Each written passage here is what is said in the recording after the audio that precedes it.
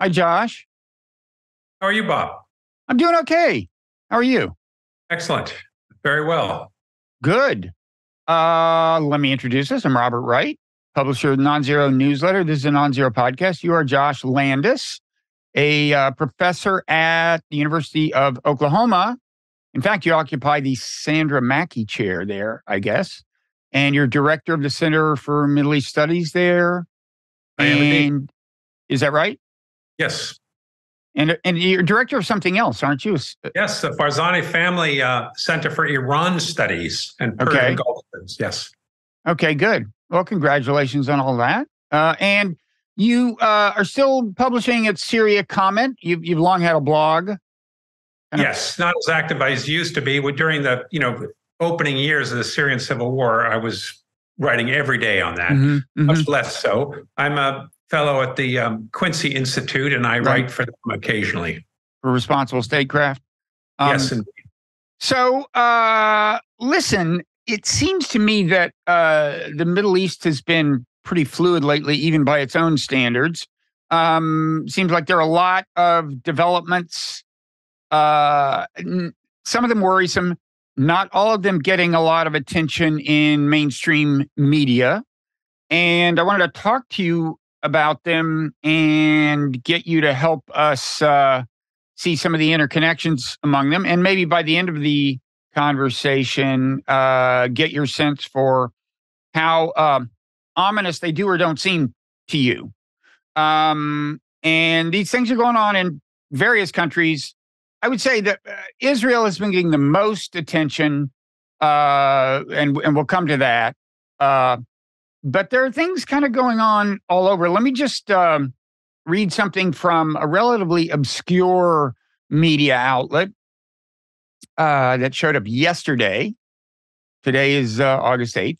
It says more than 3,000 American sailors and Marines arrived in the Middle East on Monday, the U.S. Navy announced, as Washington beefs up its presence in the region amid rising tension with Iran.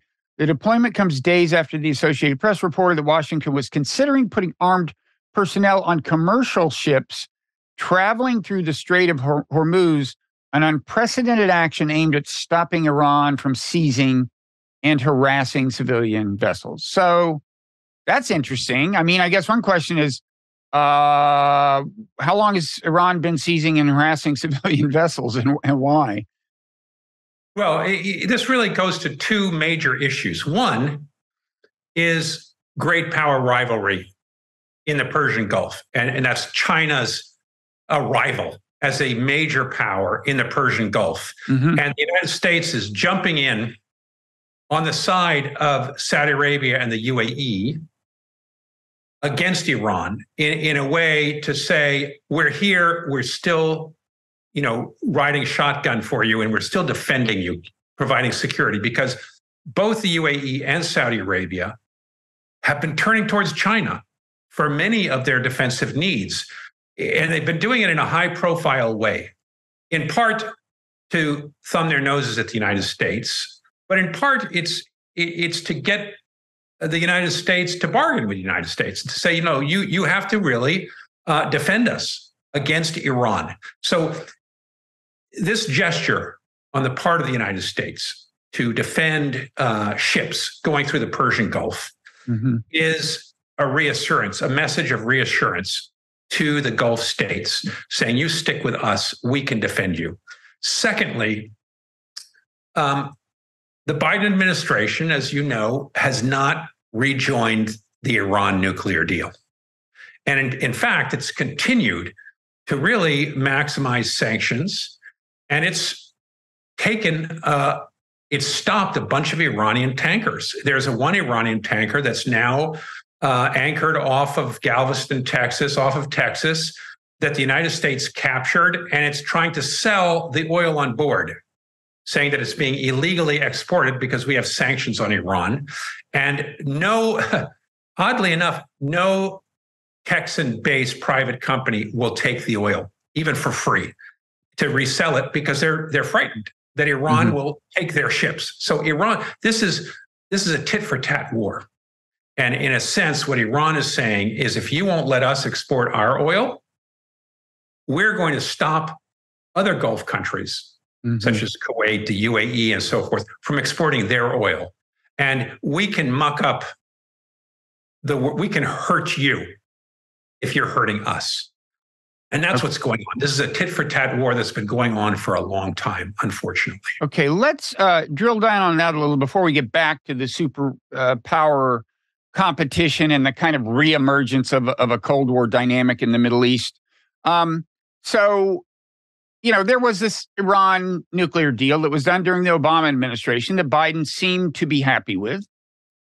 Trump abandoned it, got out of the deal, and reimposed not only, I guess, the sanctions that had been in place prior to the deal, but I think some additional ones. He called them extreme something or other. He had a term for it. Right. Now, once Biden was president, I might have naively expected that it wouldn't be that hard to get back into a deal, that he would just say, well, let's return to the status quo ante. I was happy with the deal. We'll remove all the sanctions that were imposed during the Trump administration, and Iran will go back to strict compliance with the deal. Now, that's not what happened. Was that even conceivable? Was that possible? And if it was, why didn't it happen? Well, I think it didn't happen for a number of reasons. One is that Biden traditionally has been very close to Israel and has kept Israel close to him for political reasons, and maybe for personal reasons as well. It's unclear. Secondly, I think Blinken, our Secretary of State, doesn't like Iran that much. Many people don't in America, apparently. No. And thirdly, Democrats in Congress showed many of them did not want to get back on board. Trump was not just going off half-cocked when he went against the Iran deal. It was very unpopular with Democrats and Republicans in Congress. And, so all of them, the congressional members are looking over their shoulders every 2 years. They have to get reelected. Iran's not popular. Israel is popular. And so all of those things, I think, really made it hard for Biden to concentrate on patching this up. Obama made it really central, and he believed that a lot of our foreign policy has gotten really off kilter and needed to be revised since the Cold War. I don't think, President Biden sort of has a nostalgia for the Cold War, and we've seen that in the Ukraine thing and this whole democracy versus autocracies. He's much more willing to look at the world in that us against them way that Obama tried to get away from. Yeah. Well, the Iran deal had been a tough sell to begin with. As you say, it faced some opposition in the Democratic Party, notably from Senator Menendez, who has a lot of influence by virtue of chairing, what does he chair, the Foreign Relations Committee or something? Foreign Relations Committee. Anyway, we just did it seem to you like in principle, you could have just restored the deal if you wanted to? Like Iran would have gone along with that? You could have. The trouble was when the deal was originally placed in 2015, 16, negotiated, it had a 15-year time horizon. Right. And for, Iran would not continue to purify uranium. We had already used up another 7 of those years. So the horizon was getting shorter and shorter all the time, and the deal looked less interesting to Americans because it was only going to delay Iran for so much time. The trouble is, Iran has gotten more powerful.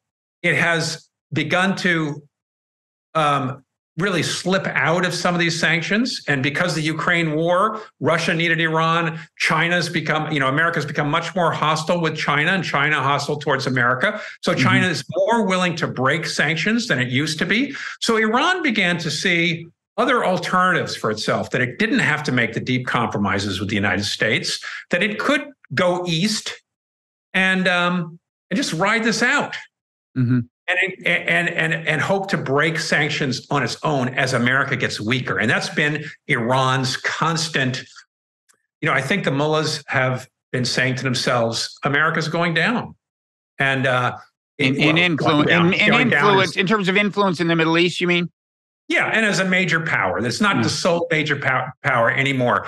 That China is coming up. We can look east. The rest of the world, not only China, but there are many other powers that are becoming stronger. They don't like the United States hegemony. They're trying to look for alternatives to the dollar. We can ride this out. We don't have to cavil to, we don't have to get on our knees in front of America. And so that's, I think that's a growing sense amongst many powers in the world. And it's also growing with the UAE and Saudi Arabia as they begin to look to China as an alternative and to play America against China in order to get more benefits for themselves. And Turkey is doing it. Brazil is doing it. So this isn't just an Iran thing, but Iran is looking very much in that direction. And America is, America is worried, I think, in its own right. And so it's doing more to try to please the Gulf states. And part of that comes back to this: why are we at least floating the idea of putting soldiers aboard all these ships in the Persian Gulf? Okay. And final question on the Iran deal itself. So that was, it was in 2014 that Obama did the deal, right? Those 2 years before the end. I think 15 when it was ratified. Okay. Yeah. And then is what Biden did say, look, we have some additional things that we want Iran to do aside from its obligations under the nuclear deal that aren't even in the nuclear arena per se. Was that? Yes. We want more concessions now. There was a question about more concessions, in terms of horizon timelines, as well as missile technology and so forth. Even conventional missiles. And this got us sidetracked, and everybody began to, it was a very difficult deal to negotiate in the first place, but it became more and more difficult.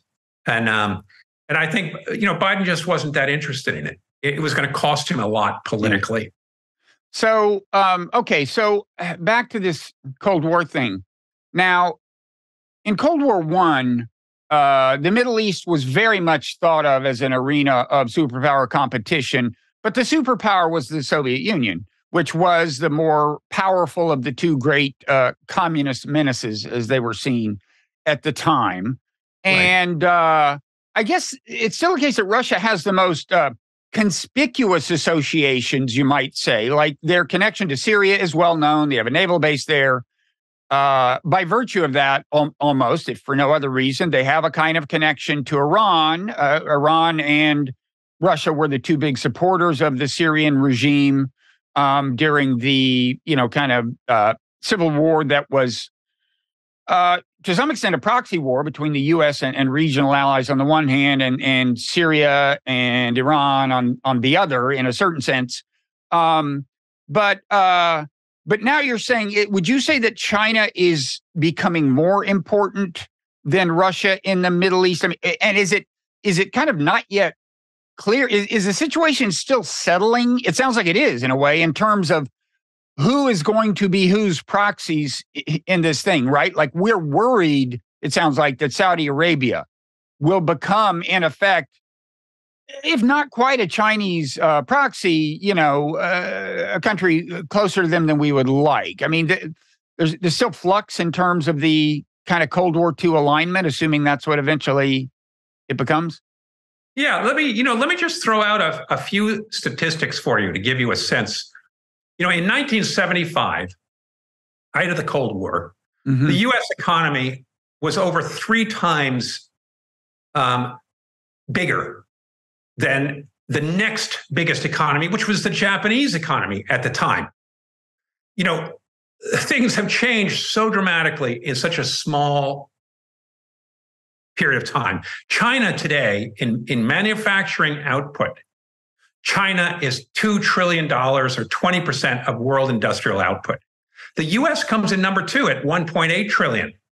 Japan is way behind at $1 trillion, 10% of world output. And Germany is $700 billion. South Korea, the next contender, is half as much as Germany. So China has just screamed up in those years. And if you look at Chinese GDP based on purchasing power parity, in other words, a bunch of goods that you can buy in both, that Chinese and Americans can buy. China is now the biggest economy, GDP in PP, with its purchasing power parity.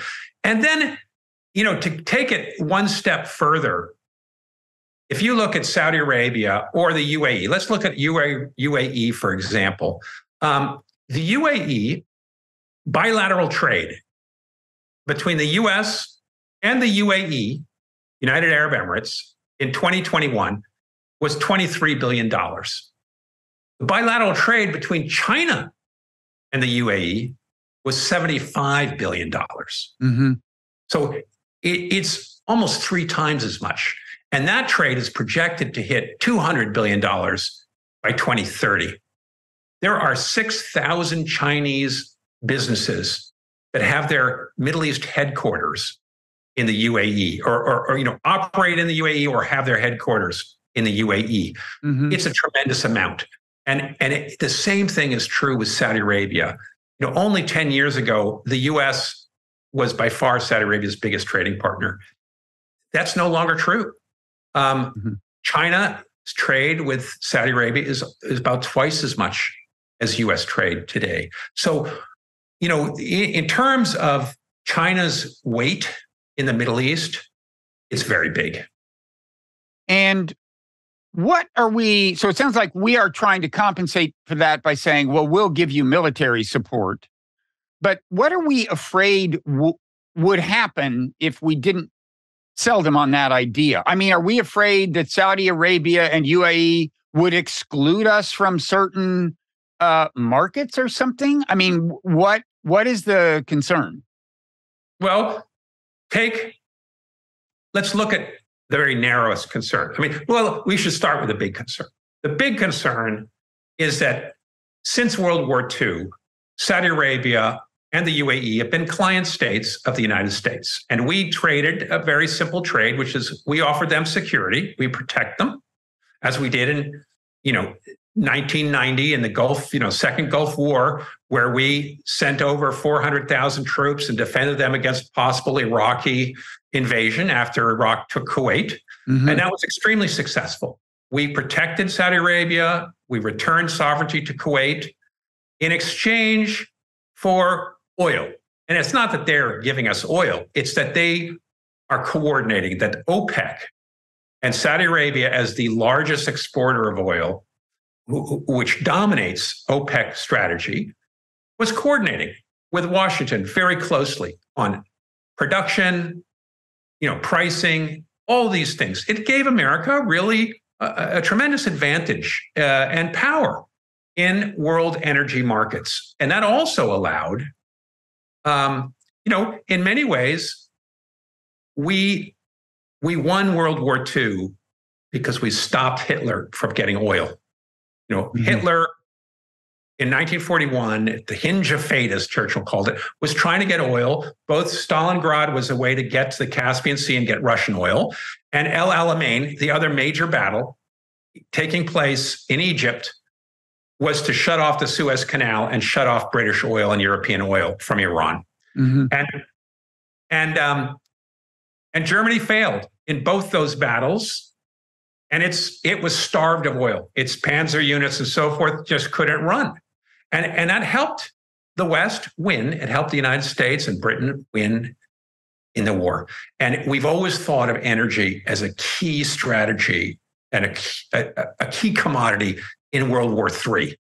And if we think of Taiwan and possible China conflagration in the future, you can be sure that people in Washington are thinking, who's going to have control of the Persian Gulf, oil exports, and so forth?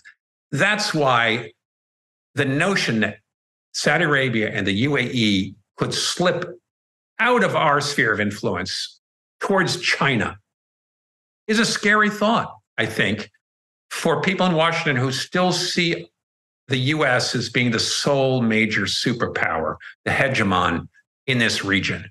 And that, I think, that dominates thinking. It dominates thinking for America. Americans, every 4 years, Americans are told by their presidential candidates that we're an indispensable nation, that the world order is going to go to hell if America's not the superpower, that we've got to cling to all this power. We cannot let down our guard. And Americans like that. They like being number one. It's very difficult to think of a multipolar world. I have one more question about oil, something I've never really understood. So you've got this scenario where there's true world war. And I guess in that case, I can imagine access to Persian Gulf oil mattering. But I've usually actually heard the argument put in a contemporary context. In other words, people saying, look, if tomorrow Saudi Arabia got mad at us, and quit selling us oil or something, there would be trouble. And I've always thought, well, wait a second. I mean, it would be one thing if Saudi Arabia and the other OPEC states decided to keep oil off the market entirely, then the whole world would indeed face an oil shortage and prices would go up. But assuming that, since that would be bad for them, they would sell their oil somewhere to someone, even if not to the U.S., wouldn't the world oil price wind up remaining more or less the same? Okay, so we don't buy from them per se, but if we've got a few oil-producing nations we're on good terms with, we'll pay roughly the same price we would have paid to them. So I've always thought this concern was overstated. Of course, we do have a way of antagonizing oil-producing nations when you think about it. I mean, Venezuela and so on. But does that seem like a crazy question? Of course, there's also the fact that— No, it's not crazy at all. It's not crazy at all because oil countries have to sell their oil. Right. And now, clearly, China is by far the biggest consumer of Middle Eastern oil. And it's the biggest single client of Saudi Arabia. Saudi Arabia provides China with more oil. Just recently, Russia has overtaken it because it's been discounting its oil in order to get it, avoid sanctions. But that oil is going to be sold. I think that Washington does have a very simplistic view, which is we want to be able to stop the flow of oil to China if there's going to be a Taiwan conflagration. And we want to be able to have our hand on the spigot and threaten the rest of the world in the way that we can threaten Iran and say, we can turn off your oil, or Venezuela. We can turn off your oil and not let you export any oil. And we'll bring you to your knees overnight. We've been used to being able to do that.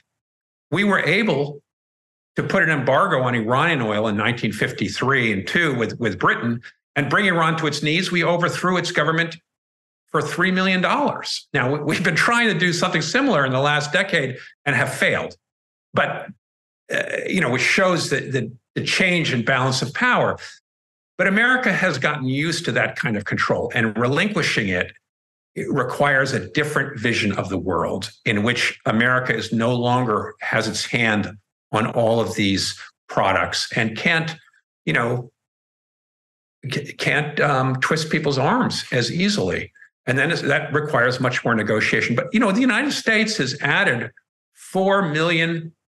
more than 4 million barrels of oil a day in production because of fracking. Domestic production. Domestic production. We are now self-sufficient largely in energy. We consume about 20 million barrels of oil a day, which is out of 100 million barrels are being consumed by the entire world. Mm-hmm. America consumes 20 of those, roughly. So we're a giant consumer, but we're producing at an incredible rate. So we don't need the rest of the world for our oil. It's true. It's really about oil as a international commodity and about power. And that's where it requires that we and China and the rest of the world come to some agreement about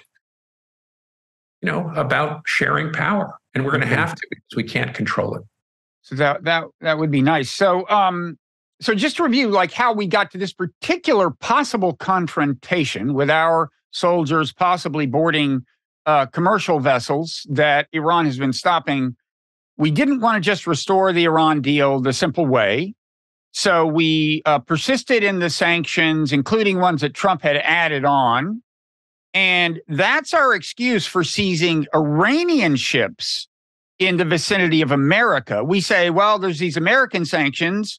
It's not like I mean, I don't know if these particular sanctions. There were sanctions that were supported by the UN Security Council before the Iran deal, and I don't know which ones these are, but the ones Trump added on were not. So there's a combination of like unilateral sanctions. So in any event, we're saying, well, because of these sanctions, we can seize your ship. And Iran says, we can play this game too. We're going to seize some ships until you quit seizing our ships. Right. And now we're closer to an actual confrontation. Are you concerned about the coming weeks and months? I mean, do you think we are going to board these ships? And I mean, Iran, it seems to me, we're going to avoid it. I think we're going to avoid it because, frankly, everybody has talked, all of our presidents have talked about reducing the amount of military assets that we pour into the Middle East. We want to, transition to China and the East and reduce our commitments to the Middle East. This is just going to make them go through the roof. If anything goes wrong, Iran will be able to, to twist our tail more easily. I don't see this. I think this is a way of trying to reassure both the UAE and Saudi Arabia that we're not asleep at the wheel. Because if you remember, in 2019, Iran, in a similar situation, Iran attacked a cake refinery in Saudi Arabia, a refinery that produces almost 50% of refined oil products in Saudi Arabia. And President Trump decided he was not going to go defend Saudi Arabia and hit Iran back. Saudi Arabia was shocked and was very upset and said, look, you are not upholding your end of the bargain, which is to defend us. The same thing has happened to the UAE when Yemenis sent drones and some missiles towards the UAE and Saudi Arabia and hit them. Biden and Trump both have not responded militarily to Iran.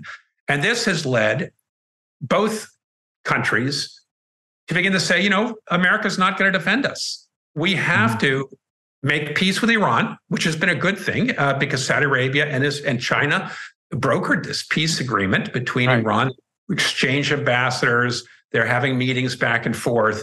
So that's been very good. But also it's meant that the UAE and Saudi Arabia have turned towards China to talk about nuclear stuff, to talk about buying airplanes. The UAE just bought 15 Chinese trainer jets. They've announced that they're going to have joint Chinese UAE military exercises in China. So they're sending up all these trial balloons to show Washington, we're not pleased. And if you're not going to defend us, we're going to go and diversify and look towards the East, which is a wake-up call for Washington. And that's why they're sending these people, saying we will consider sending our soldiers on these ships. Now, of course, that attack of Iran on Saudi Arabia that you mentioned, was, you could say the Saudi leadership was somewhat responsible for, because they're the ones who had inflamed the situation in Yemen, which was the context for this, right? That the Yemen had become this kind of proxy war. And from the Saudi point of view, not so proxy. I mean, they were very involved, bombing and so on. They got the UAE involved in everything. That was the context for that. On the other hand, the current the wider context was that Trump had dumped the Iran deal and was beginning to, put all the sanctions back on Iran and move towards maximum pressure, maximum sanctions in order to crush Iran and make them give up more, get a better deal, theoretically. And Iran was trying to say to the United States, you're not going to get a better deal. We're not going to cavil, in front of you. We can raise the pressure on you, and we will attack your proxy, the weak link, because Saudi Arabia can't do anything to us, and we're gonna whack you through Saudi Arabia. And oil prices, of course, spiked momentarily, and the markets went crazy, and so it was an indication that if you don't make peace with Iran, Iran can hurt you, and that's what Iran has been doing by taking these ships. Which are they Saudi and UAE ships? Their ships, some of them are Liberian, but they're carrying Kuwaiti oil and other oil out of the Gulf, is what they're doing. And so then this confrontation, too, is ultimately a product of our getting out of the Iran deal, because that's why we seized the Iranian ships, and that's why Iran is retired. Iran is saying, if you don't let us export oil, we're not going to let your allies export oil either. And so it's a tit-for-tat situation. Not a really shocking reaction when you think about it. And it's a little puzzling to me why we felt anyway, look, we are where we are. So let's, before maybe trying to tie some of this together, let's move to some other part of the Middle East. Where do you want to move to next? I mean, there's Israel, there's Syria. Turkey is feeling its oats. Turkey is feeling its oats. Yeah. What do you want? Where do you think is the next logical place to? Well, I think with the re-election of Erdogan, he's very worried about his economy and inflation rate, and he's got to get that under control. But he is feeling very empowered in the same way that Saudi Arabia and the UAE are. He's been, he's profited from the Ukraine war tremendously. Russian billionaires, millionaires are moving their money out of Russia to the UAE, particularly to the UAE, but also to Turkey. And the UAE, the statistics coming out of the UAE are rather scary from America's point of view, in the sense that the UAE has been exporting drone parts to Russia that come from Iran. They've been all kinds of memory chips and computer chips, all this high technology that we're trying to keep Russia from getting, is going through places like the UAE and Turkey, and of course China. And they are breaking these sanctions. They're not paying attention. They're not paying attention to American sanctions. And after all, America doesn't really have the right to impose them internationally, but it can do so because it has such tremendous financial power and can threaten these countries with secondary sanctions. But increasingly, they're not paying attention to these. And whether America really wants to start sanctioning the UAE, Turkey, and other major allies is debatable. And so it's testing America's resolve and its power. And Turkey is right there at the forefront of this. And they've been profiting from the Ukraine war tremendously, because they've been washing oil, grain, all kinds of products from Russia through Turkey, the banking system. America's putting pressure, but Turkey walks a very fine line there in terms of profiting from both sides. And Turkey also feels free to intervene militarily, I gather, in Syria and Iraq, mainly when it involves the Kurds. Of course, Turkey fears this Kurdish national insurrection. And major issue, because, of course, roughly 20% of Turks are Kurds, and they're very worried about a separatist movement that could lose them the entire eastern part of their country. And so they, on a fairly regular basis, right, they kill people in Iraq or Syria. This month, they have killed, in Syria alone, 9 leading Kurdish military figures that are allied with the United States. They've wounded another 12 of them. And normally, the United States would be protected. The United States has a no-fly zone over this northeastern region, 30% of Syria, and is there to protect its allies, the Kurds, who helped to destroy ISIS.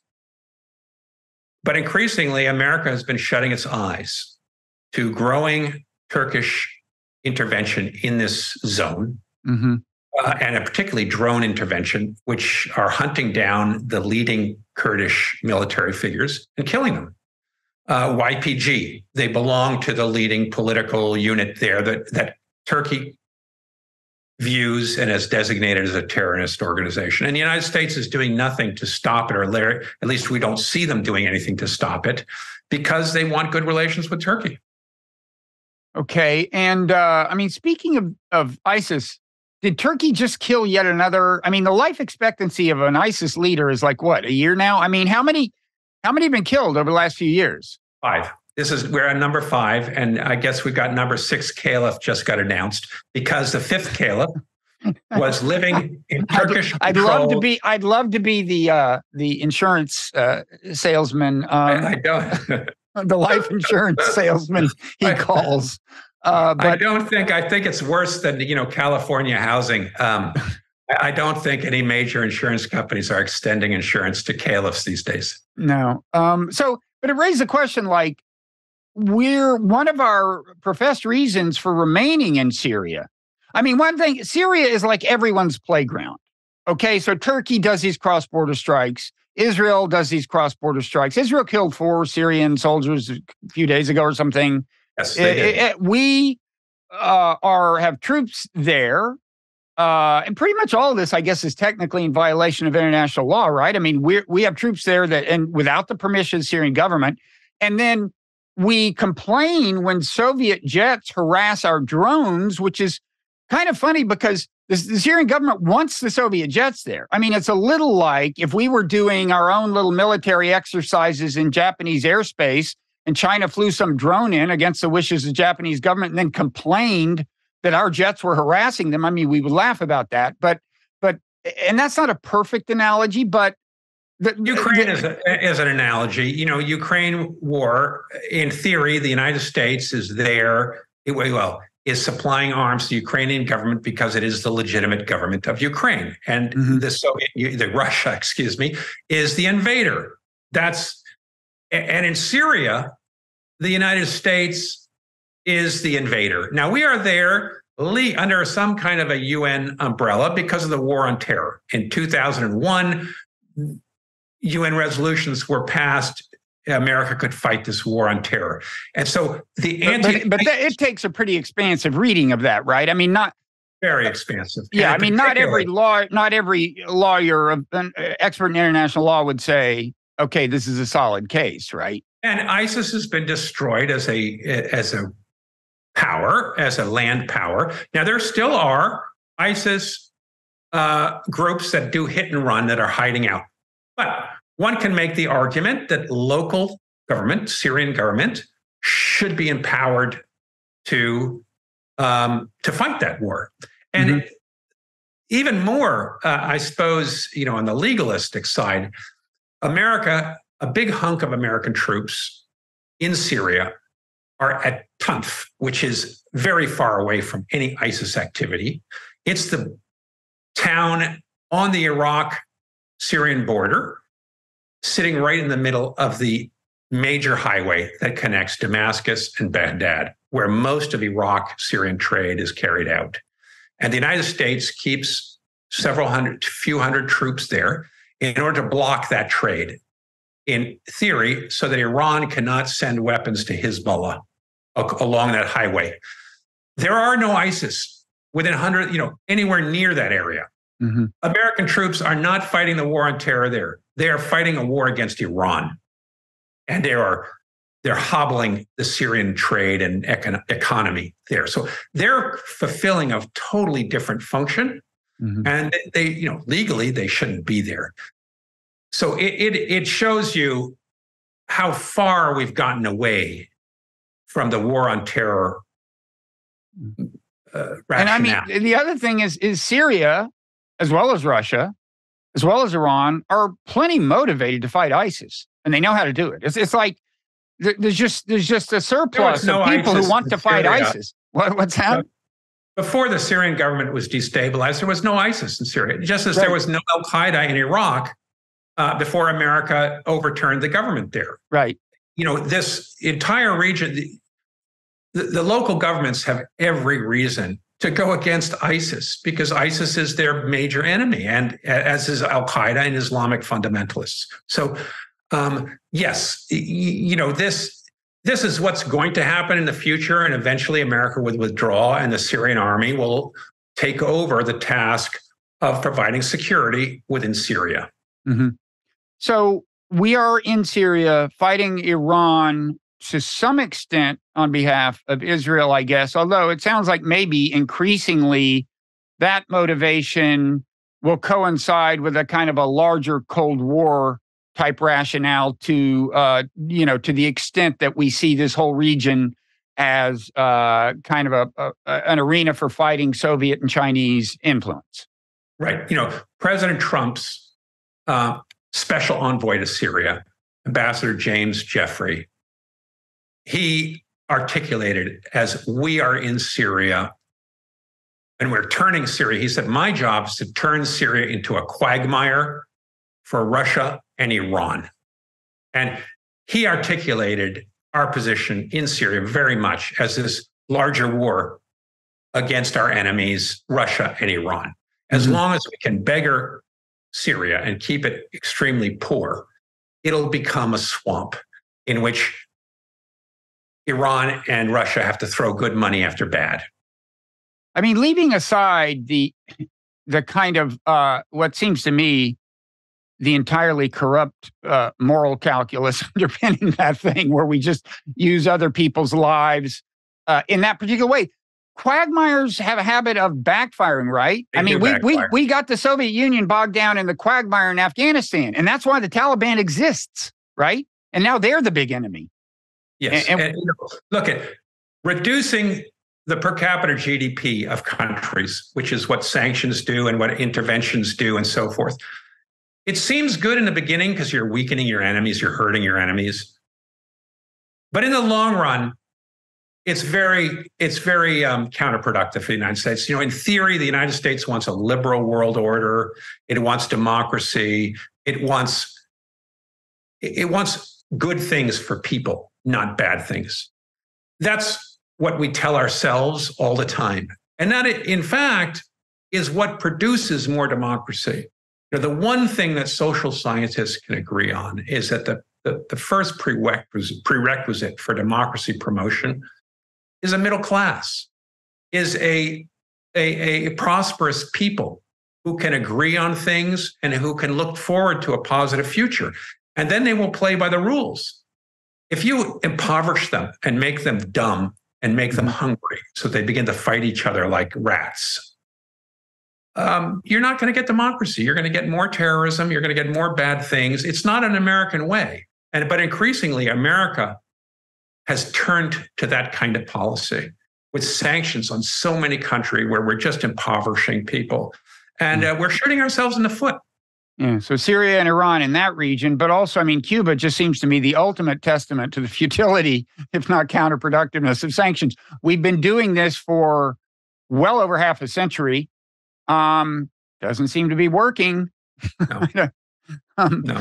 So, have you ever asked yourself, suppose we hadn't invaded Iraq, and suppose we hadn't intervened in Libya, and suppose we hadn't supported a proxy war in Syria? Now, that Syria is a slightly tougher thought experiment because there were regional friends of ours who would have liked to have done it anyway, probably. But if you imagine, and of course, it's also a hard thought experiment because, who knows? If we hadn't invaded Iraq, various things might not have happened. If we hadn't have toppled the government in Libya, various things might not have been destabilized. But if it had been our rule just not to intervene in these manners, invasion, aerial bombardment, and proxy by supplying weapons to jihadists, among others. Although I guess we tried to confine the weapons to relatively, quote, moderate rebels. Have you ever just asked yourself how different might the region be? All the time. And, I think in many ways, the original sin, if you want to use that term, was just as you suggested earlier, was the Brzezinski policy that Reagan put on steroids of trying to drive the Soviets out of Afghanistan, which led to the supporting Mujahideen. Al-Qaeda was a part of that, but supporting jihad and really putting that fundamentalist Salafi ideology on steroids, which has led to so much grief around the world and in the Middle Eastern region writ large. If we had not done that, if we had just left the Soviets in Afghanistan, what were they trying to do? They were trying to introduce secularism. They were trying to take the veils off of women. They were trying to educate women. They had legislated, universal education for women and men. They were trying to do the same things that America was trying to do, oddly enough. Yes, it would have been in their sphere of influence, but they would have choked on Afghanistan all on their own without America sending in Stinger missiles and Mujahideen and pumping up jihadism and Salafism. So what?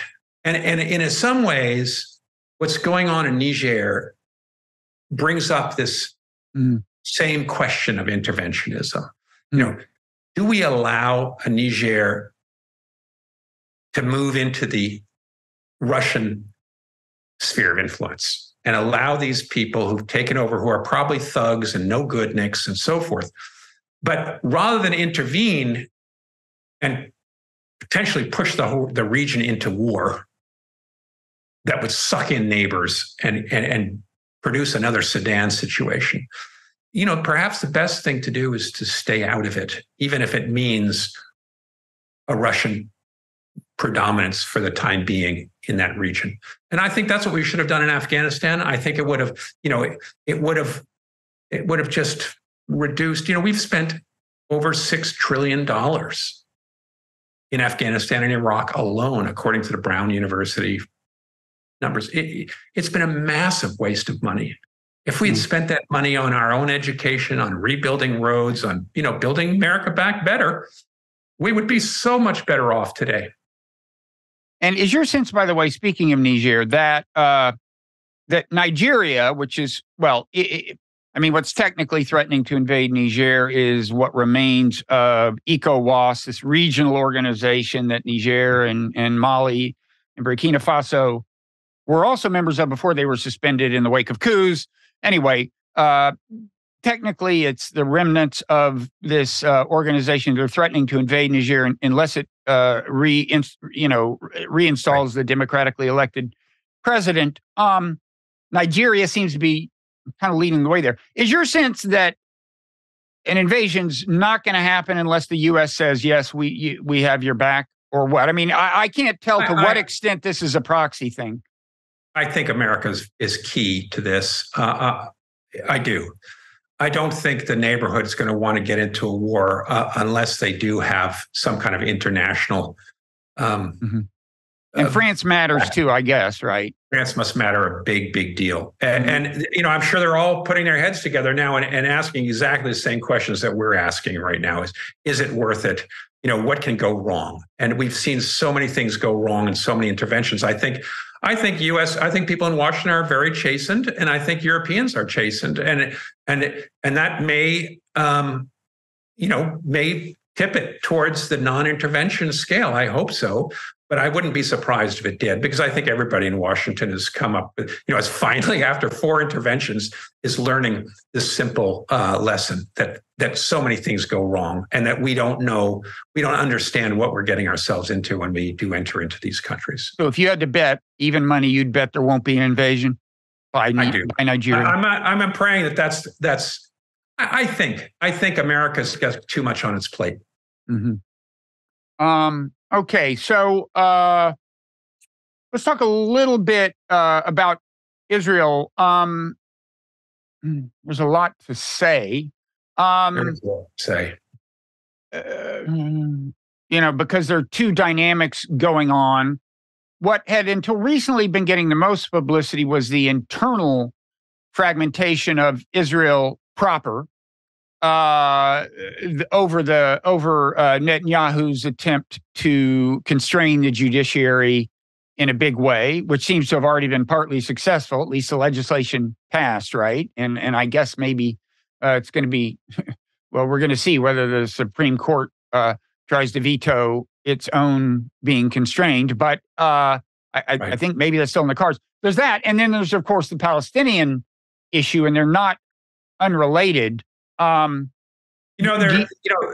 I could interrupt you here for a second, I think they're much more interrelated than many people understand, because one of the main, an important reason why Israel does not have a constitution that could protect it from this kind of assault on its judicial system is because of the Palestinians. Ben-Gurion and successor prime ministers in Israel did not want a constitution for a number of reasons, but an important one was because if they were to put an equality clause into a constitution, which they would have had to do, it would have meant that Palestinian Israelis were equal and that Palestinians would have a right of return. So that all these Palestinians, because we have to remember that during the 48 war, 2/3 of Israel, Palestine were Palestinians. Only 1/3 were Jews, the Yishuv. During the 48 war, 800,000 Palestinians fled from the territory that was conquered by the Haganah. And they were not allowed being a particular security arm of the kind of inchoate Israeli state? Or? Yes, the Haganah, which is a defense force, which became the Israeli Defense Force, IDF. Okay. So the first organic laws that were passed by Israel had to do with how do we deal with these refugees? Because according to international law, all those 800,000 Palestinians who had gone to cousins' houses, got away from the main battlefield in order to save their children or their wives or sending their family out, were not allowed to return to their homes. And Israel passed a series of laws. And one was the absentee law of absenteeism, which is any hostile who had fled their home for 48 hours or more could not return to it. Now, this flew in the face of international law, which says you cannot drive a population out of their homes. And that was the fundamental, that was one of the first articles of the UN charter because of what Hitler had done, trying to ethnically cleanse people, destroying the Jews, driving them out of their homes, taking their property in Poland, Czechoslovakia, you name it. The ethnic cleansing that was going on in World War II by the Germans had been saying you can't do that. You cannot take land through war, and you cannot move out the indigenous population and so forth. Now, Israel had a problem because if they had allowed the Palestinians to return to their homes, there would have been more Palestinians in Israel than there were Jews. And so in order to build a Jewish state, they needed to get rid of these people. Then there were 20% of the population of Israel continue to be Palestinians because there were many Palestinians who stayed in their homes, did not flee, and they were given citizenship, even though there was military rule for quite a bit of time. But they had many cousins that they wanted to bring back and repatriate, or daughters, wives, parents, so forth, who had fled during the war beyond the lines and wanted to return. So Israel gave the right of return as one of its first laws, that all Jews in the world have the right to Israeli citizenship and to come to Israel. But they excluded that 20% of the Palestinian 20% of the population from having the same rights. And this, two-tiered legal system could be embedded in Israel because there was no constitution that had an equality law. There's no equality law that would allow Palestinians to sue. Now, in the 1970s, there was a very important firebrand woman, Shulamit Aloni, who was a member of Knesset, who really raised the campaign saying, we want a constitution. She was Jewish? She's Jewish, she's Israeli, because she wanted a constitution so that women could have the equality law. And they could then divorce and do other things, which they couldn't do. And the Orthodox rabbis were keeping women without equal rights. So she was running it from a purely or largely internal Israeli point of view. We want a constitution because we want equal rights. Begin. This is Menachem Begin, the prime minister. Menachem Begin, prime minister, right-wing guy. He said, we can't do that because we're going to have to give those same rights to Palestinians, and we're trying to settle the West Bank. We're trying to do other things. 90% of Israeli land is held by the Jewish National Fund, which says it can only be used for Jews and not for Palestinians. There are a lot of different laws that would have required, that could have been reversed by such a constitution. So Israel avoided a constitution, and that's come back to bite it. I guess that's the the larger lesson to this is that it's come back to bite Israel. Avoiding these kinds of legal protections, constitutional protections, is hurting today liberal Zionists who are worried about the fundamentalists. Okay. So I want to keep talking about Israel, and I also want to talk about this kind of strange, convoluted Biden plan involving Israel and Saudi Arabia that Biden floated via Tom Friedman. But we have been talking for almost an hour, and what we generally do is after this long move into kind of an overtime session that's available to paid subscribers to the Nonzero newsletter, which I encourage everyone to become. Because for one thing, we can use your support as we try to keep having conversations like this that I think are usefully different from what you see on, say, cable TV. So to do that, to become a subscriber, you can just Google Nonzero and Substack, or for that matter, click a link in the show notes on your smartphone app. And the rest of the conversation will become magically available. There's a special podcast feed you can sign up for then that'll always have the full conversations. Anyway, I want to thank everyone who won't be with us, who's stayed with us this far.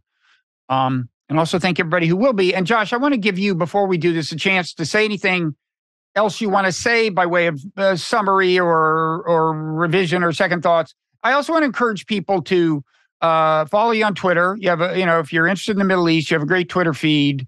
And to check out Syria Comment every once in a while, SyriaComment.com, and follow your work generally. But do you have anything you want to say?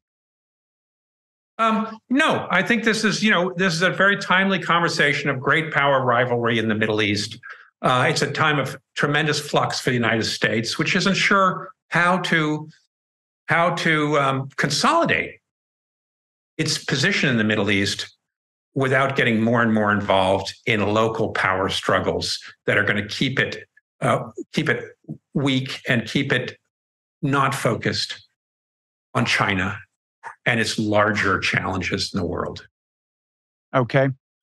So thanks again to everybody. And now we are going into overtime.